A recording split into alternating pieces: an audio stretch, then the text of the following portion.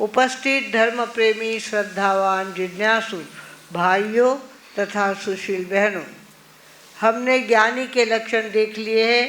अक्रोध, वैराग्य, इंद्रिय जीतता, उसके आगे क्षमा, दया, यहाँ तक हम पहुँच गए हैं। अब आज के ज्ञानी का लक्षण है शांति। शांति गीता के अंदर जिसको स्थित प्रज्ञ कहते हैं, स्थिरावला समाधीत स्थित प्रज्ञ कसा से, कृष्णा सांग कसा बोले, कसा चाले फिरे कसा। उसके उत्तर में कृष्ण ने कहा था, न से दुखात उद्वेग, सुखाची लालसा नसे, न उल्लासे न संतापे, त्याची प्रज्ञा स्थिरावली। प्रज्ञा को स्थिर करना पड़ता है, शांत करना पड़ता है, उद्वेग उसमें से माइनस करना पड़ता है, तब जाकर के जिंदगी का सच्चा आनंद हमें प्राप्त होता है। ध्यान की गहराई मालूम पड़ते हैं और ध्यान के गहराई में उतरने के बाद शांति किस चिड़िया का नाम है, इसका हमें अनुभव होता है। भगवानों, शांति सबसे महत्वपूर्ण शब्द है। डिक्शनरी के अंदर इतने शब्द होंगे, एक एक शब्द के कई कई अर्थ है, पर शांति का कोई दूसरा अर्थ कोई निकालता नहीं। किसी भी डिक्शनरी में देखो, शांति शांति होती है, और शांति मन की शांति, वचन की शांति और शरीर की शांति, सभी सब प्रकार की शांति की साधना धार्मिकता है। इसे धार्मिकता कहते हैं। धार्मिक जो होता है वो पहली बात तो कर्ता भाव रखता नहीं, मैं इसको करने बताऊला, मैं उसको करने बताऊला, इस तरह से कर्ता भाव जो रखता है, अरे तेरे आयुष्य का तुझे भरोसा नहीं है, सामने वाली परिस्थिति का भरोसा नहीं है, और तू कहता ऐसा करूँगा वैसा करूँगा। बंगला बांधते बांधते आधा बंगला छोड़कर लोगों को मृत्यु के ग्रास बनना पड़ता है। ऐसे कई उदाहरण है। बंगलो बांधन निकला होता है, तो बंगलो बांध दियो, स्लैब नाक दिया और बीचे बेजिसा रवाना होगा। तो इस तरह से कर्ता भाव नहीं चाहिए, अहम भाव नहीं चाहिए। मैं इस तरह से जो अहम भाव में होता है, उसको उसके ईगो को धक्का लगता है तो वो दुखी होता है। तो ये दुखी का कारण, अशांति का कारण क्या है? तेरा अहम भाव है। उसके बाद भोक्ता भाव, मैं तो इतो ही बदामा खाने बताऊला, मैं इतना काजू खाने बताऊला, मैं इसो जिम ने बताऊला। अरे तू भोक्ता, तेरे पास ताकत ही उतनी है, तू ज़्यादा खा ही नहीं सकता, ज़्यादा उपभोग कर नहीं सकता। कितना भी बड़ा घर लिया, एक गादी जितनी जगह आदमी को सोने के लिए लगती है, हर कमरे में वो सो सकता है नहीं। तो भोक्ता भाव भी नहीं चाहिए। और उसके बाद मम भाव, मारो मारो मैं मारो, इसके अंदर आदमी अपने ज़िंदगी को बर्बाद कर रहा है। मैं और मेरा कुछ भी नहीं है, जो है वो है, और इसके बाद जो होना होगा सो होने वाला है। इस तरह से वो ध्यान रखे तो उसके ज़िंदगी में शांति आ सकती है। आदमी कई प्रकार से अशांत होता है। पहली बात तो कुदरत के कारण से अशांत होता है। कुदरत के कारण बहुत सारा पूर आ गया। अभी देखो पंजाब में इतना पूर आ रहा है, बाढ़ आ रही है, उधर उत्तर प्रदेश में इतनी बाढ़ आ रही है, दिल्ली में इतनी बाढ़ आ रही है, हिमाचल प्रदेश में इतनी बाढ़ आ रही है। लोगों को कुछ भी करना सूझ नहीं रहा है, पानी ही पानी चारों तरफ, और देखते देखते घर सारे बह करके जा रहे हैं। ये कुदरत का करिश्मा है। कब आदमी को दुखी बनाएगा इसका कोई पता नहीं है। कुछ दुख होते हैं स्वकृत दुख, अपने हाथ से तैयार किए हुए दुख। एक आदमी को बहुत खांसी आ रही थी। भाई खांसी क्यों आ रही है? इतनी ज़्यादा बीड़ी मत पियो, बीड़ी मत। देखो कितनी खोखला है तो चाली, पर मैं तो बीड़ी पीऊ न सोडणार, मती सोडो खोको, अजून खोको था ना, छातीत लागल तो किरो काही जावणार आहे। तो यह आदमी अपने हाथ से दुखी होता है, बहुत चाय पी करके पित्त कर लेता है, गलत काम करके अपने जिंदगी में बीमारी को बुला लेता है। भागवनों स्वकृत दुख भी दुख होता है। इस तरह से कई प्रकार के दुख से आदमी अशांत होता है और हमें तो शांति की साधना करना है। शांत ऐसे शांत होना है कि कोई हमको अशांत कर नहीं सके। एक गांव के अंदर एक फकीर ने गांव के बाहर डेरा डाला था। फकीर ने गांव के बाहर डेरा डाला था और भिक्षा के लिए गांव में आता था, भिक्षा लेकर के वापस चला जाता था। एक लड़की ऐसी थी जो गलत काम कर लिया, उसने गलत काम कर लिया और वो गर्भवती हो गई। उसके पिता एकदम गर्म हो गए और कहने लगे, मूर्ख, किसने ये गलती की है, बता दे किसका नाम। उसने क्या कर दिया, उस योगी का नाम बता दिया। गांव के बाहर झुपड़ा डाल के बैठा हुआ था, वो सन्यासी का नाम उसने बता दिया। मेरे गांव में रहता है, मेरी रोटी खाता है, मेरे गांव की रोटी खाता है और यहाँ मेरी लड़कियों को खराब करता है। अभी जा कर के उसको बता देते क्या तेरी औकात है। और गांव के 5-25 लोगों को लेकर के वो कहाँ चला गया, पापी मूर्ख, तूने मेरी लड़की को खराब किया है, मेरी लड़की को इस तरह से गर्भवती बना दिया है तूने, निकल बाहर, निकल बाहर। बेचारा बाहर आके बैठ गया। उसने कहा, क्या हो गया है, मेरी बेटी गर्भवती हुई है, उसने तेरा नाम बताया है। उसने कहा, इज इट सो, ऐसी बात है। उसको कोई दुख नहीं हुआ। उसको यहाँ तो इतना सा कहो तो तुरंत गुस्सा आता है, पर वहाँ उसने कहा, इज इट सो, ऐसी बात है, कोई बात नहीं।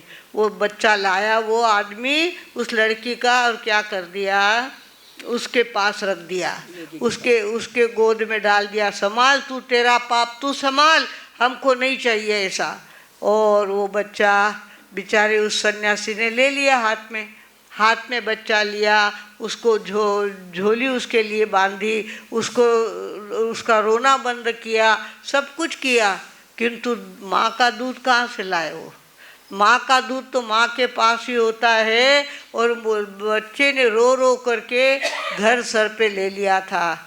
बेचारा सवेरे सवेरे कहाँ गया, उस बाई के घर गया और कहने लगी, माँ कुछ भी कर, मुझे जो दंड देना है वो दंड दे, पर तेरे बच्चे को दूध पिला दे, तेरा बच्चा बहुत भूखा है, बहुत रोता है, इसे तू दूध पिला दे।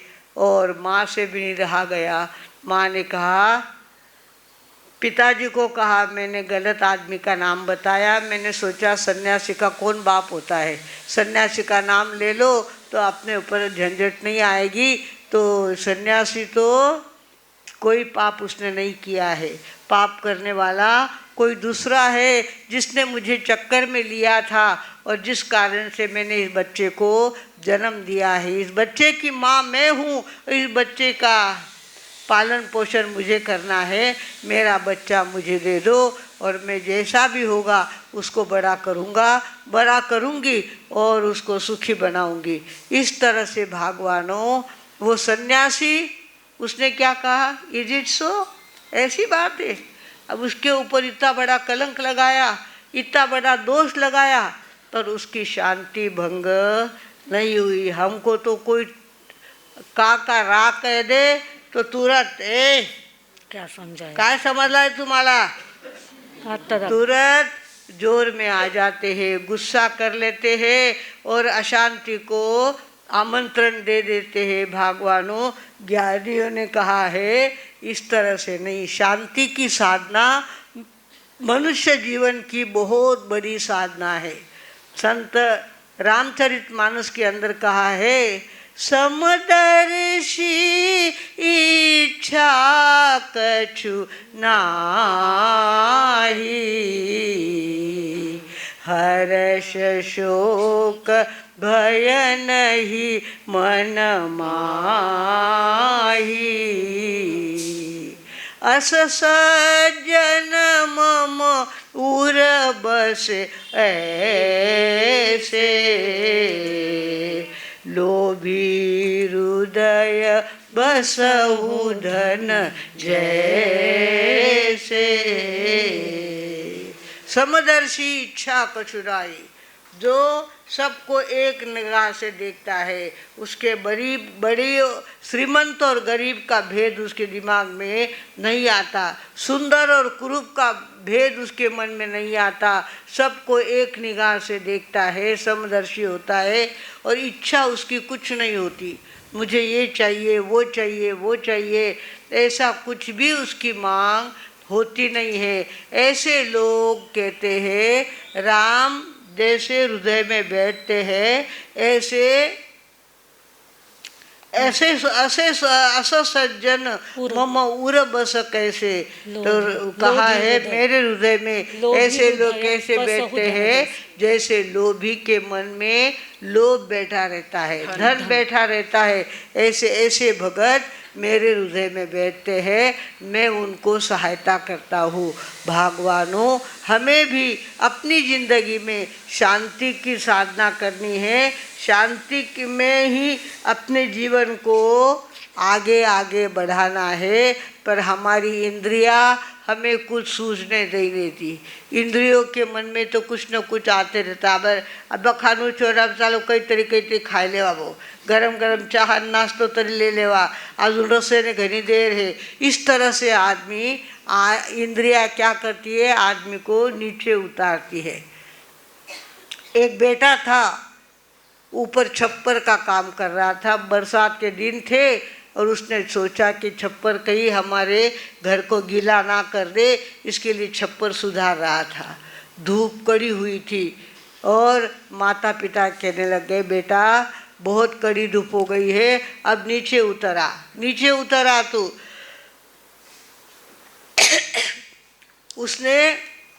उसको काम का इतना ज़्यादा मूड आया था कि उसको धूप ध्यान में ही नहीं आ रही थी। और माँ बाप कह रहे थे तुझे बुखार आ जाएगा, तू बीमार पड़ जाएगा, तू नीचे उतर आ जाए। वो कुछ भी करने को तैयार नहीं, वो तो अपना काम करता रहा। उसका 6 महीने का बच्चा था, उस लड़के का बच्चा था। उस बच्चे का पलना ला करके उन्होंने क्या कर दिया, धूप में रख दिया और कहा, ऊपर से बेटे ने कहा, पिताजी उसको धूप में मत रखो, उसको अंदर ले जाओ, उसको बुखार आ जाएगा। अरे उसको बुखार आ जाए तुझे क्या होगा, वो तेरा बेटा है, तू मेरा बेटा है।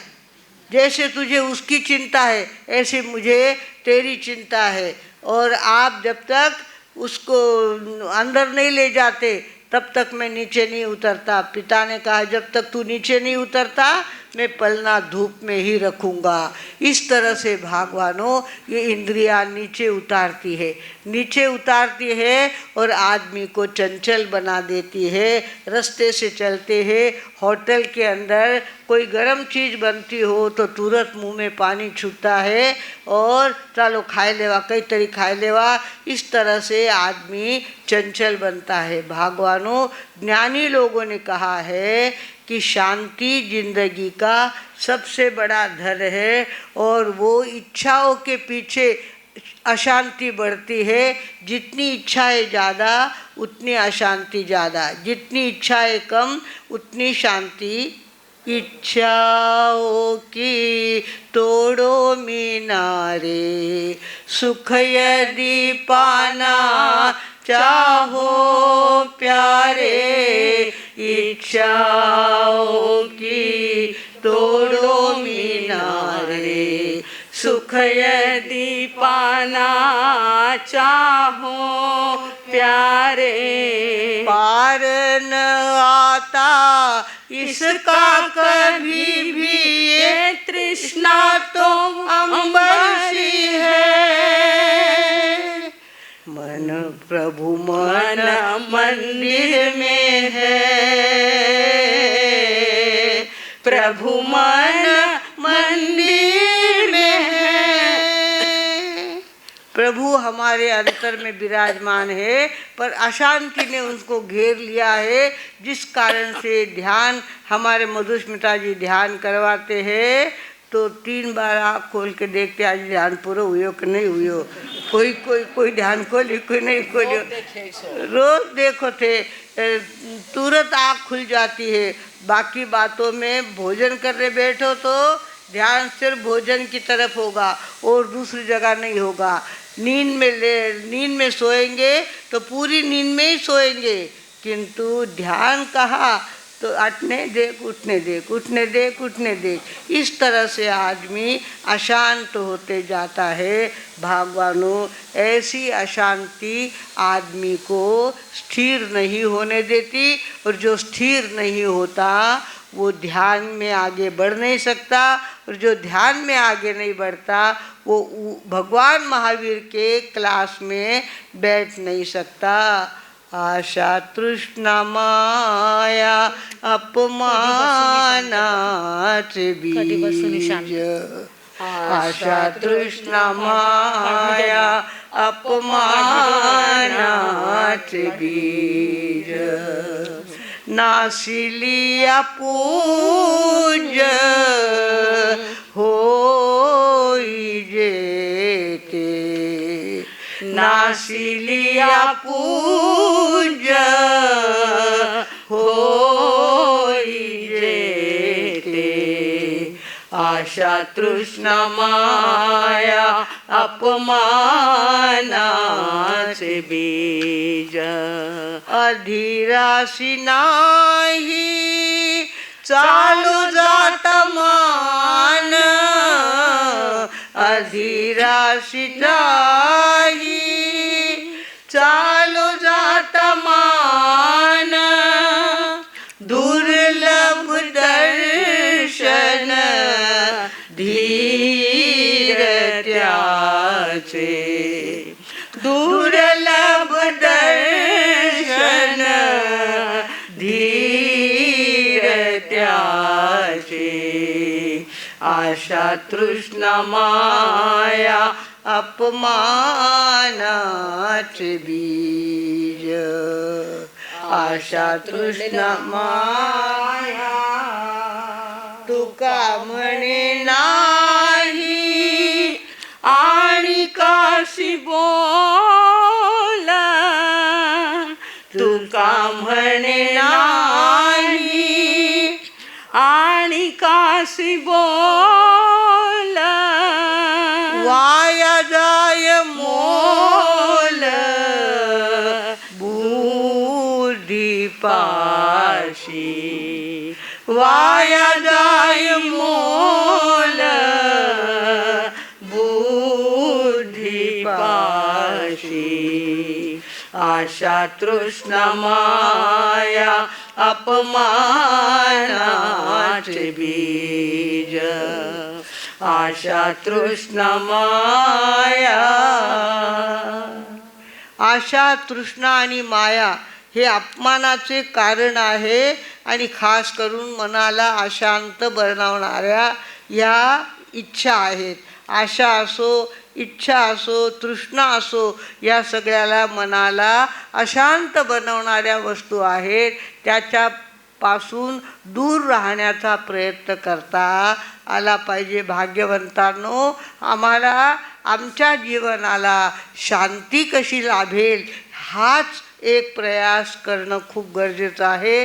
ज्ञानी के लक्षण में दया, क्षमा, शांति। शांति ये जिंदगी का बहुत बड़ा धन है, और वो धन जिनको हासिल हो गया है वे जिंदगी में सच्चे सुखी है, और जिनके जीवन में शांति नहीं है वो आदमी चाहे जितने अमृत के घोट पिए, चाहे जितनी बढ़िया रसोई जिमे, उसकी अशांति कोई दूर कर सकता नहीं, और वो अशांत होते रहता है।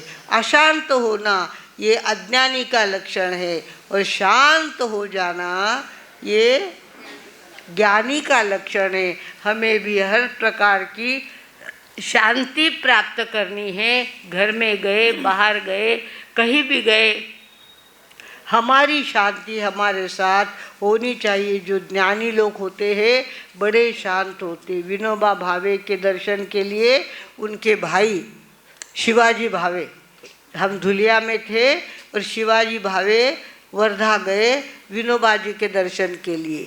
6 दिन वहाँ पे रह के आए।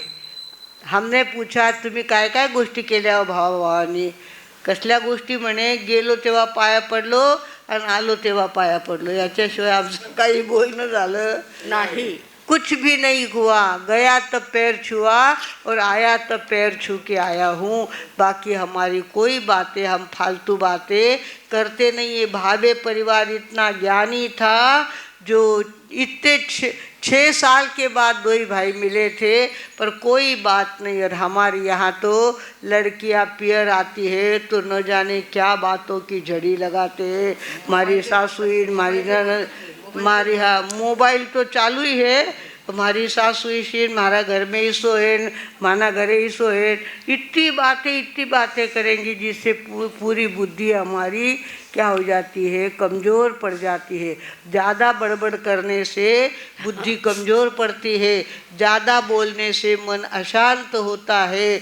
देखो घुंघरू बहुत बोलने वाले पग में पहने जाते हैं, पग में पहने जाते हैं। मौन धारने वाले हीरे मस्तक पर चढ़ जाते हैं, मस्तक पर चढ़ जाते हैं। मुक्ताहार को देखो जिसने जग हृदय की पाई है। मौन साधना करना प्यारे, मौन सदा सुखदाई है। मौन साधना करना प्यारे, मौन सदा सुखदाई है। आत्म शांति का अनुभव होता सुख की यही दवाई है। मौन साधना करना प्यारे, मौन सदा सुखदाई है। भगवानों, कल जिनसे तपस्या नहीं हुई उन्होंने मौन की साधना करके कल के दिन को सार्थक किया है। हमें भी चाहिए, हमें कुछ तप ना होता हो तो मौन का वर्षित तप तो कर सकते हैं ना। मौन का वर्षित तप करना बड़ा आसान होता है। एक दिन बोलना, एक दिन बोलना बंद, एक दिन बोलना, एक दिन बोलना बंद, इस तरह से भी वर्षित तप करे तो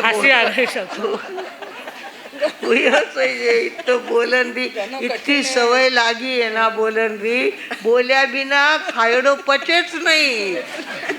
काहीतरी बोल्याशिवाय, काहीतरी पंचायती कर्याशिवाय मन ने जीव सोरो हुए नहीं। तो भगवानों, हमारे यहाँ भगवान ने तपस्या करी। पहले तो 12.5 साल तक उन्होंने मौन रखा। कितनी बड़ी बात है। इतने बड़े राजकुमार थे, इतनी बड़ी सत्ता उनके हाथ में थी, इतनी संपत्ति हाथ में थी, फिर भी उन्होंने क्या किया, मौन की साधना को स्वीकार कर लिया। और चाहे जैसे प्रसंग आए तो भी उन्होंने अपनी मौन तोड़ी नहीं। उन भगवान के अपन चेले हैं, हमारा भी काम है हम मौन की साधना में प्रैक्टिस करना चालू करें। रोज़ नहीं होती है तो 1 घंटे के बाद मौन, 1 घंटा बोलना, 1 घंटा फिर मौन, 1 घंटा बोलना, 1 घंटा फिर मौन, के बाद 3 घंटे मौन करो और 1 घंटा खुला रखो, 3 घंटे मौन करो, 1 घंटा खुला रखो। ऐसा कुछ भी हो, मौन की साधना शांति की साधना है। शांत अगर हमारे जीवन में शांति हमें अपेक्षित है तो हमें चाहिए हम मौन की साधना। रीस के बल पे मौन ले लेते वो कोई बात नहीं है। मैं बोलूँच नहीं जाने साथे, मैं बोलना बंद करे, वो के गणतों को नहीं काम करे थे। बोलना बंद करना, मौन ले ले, नींद बोलना नहीं, वो तो ऐसा नहीं होता। मौन तो मौन ज्ञान युक्त मौन होनी चाहिए और उस मौन की साधना करने से शांति हमारे जीवन में उतरती है। जब शांति जीवन में उतरती है तो आत्मा का अनुभव होने लगता है, ध्यान लगने लगता है और भगवान ने क्या किया ये बातें हमारे ध्यान में आने लगती है। भगवानों, चातुर्मास के दिन चल रहे हैं और हमें अपने ढंग से कुछ न कुछ साधना जरूर करनी है। अपनी शक्ति के अनुसार जो साधना करेगा वो निश्चित रूप से इस जीवन में तो आनंद प्राप्त करेगा ही, अगले जीवन में भी अनंत सुख प्राप्त किए बिना नहीं रहेगा। इतना बोलकर अब मैं विराम लेती हूँ। ओम शांति।